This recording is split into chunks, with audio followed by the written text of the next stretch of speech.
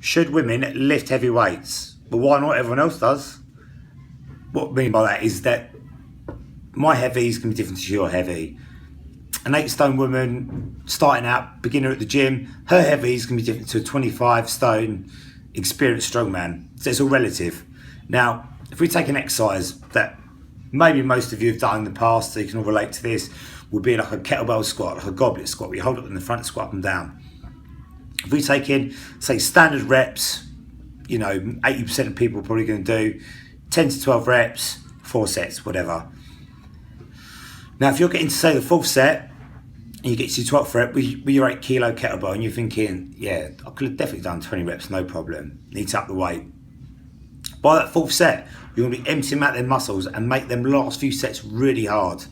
So don't be scared to add on a little bit of weight through the sets over the weeks, because your body will do a really good job at adapting to exercise. So if you've been doing your 8 kilo kettlebell for 3-4 weeks, your body's used to that.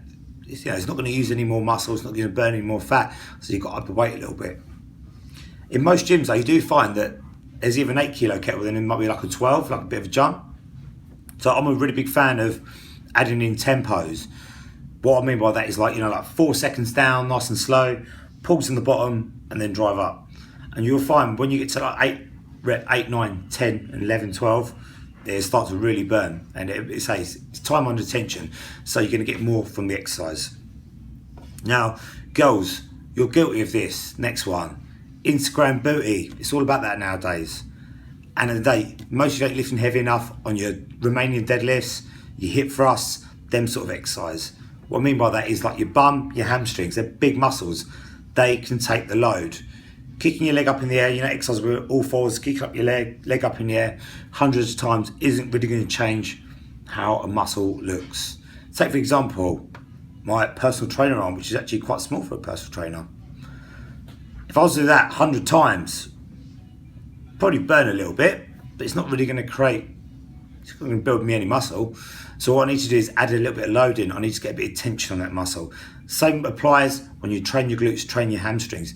Add a bit of load in. They're low limb movements, they can take it. And even on top of that, training your low limb movements a little bit heavier, obviously if your form's good, is going to burn a bit of body fat as well. It's going to be fantastic for burning body fat. Obviously, give it a go, don't hurt yourself, keep your form, try a little bit heavier, let me know how you get on, and thank me later. Laters.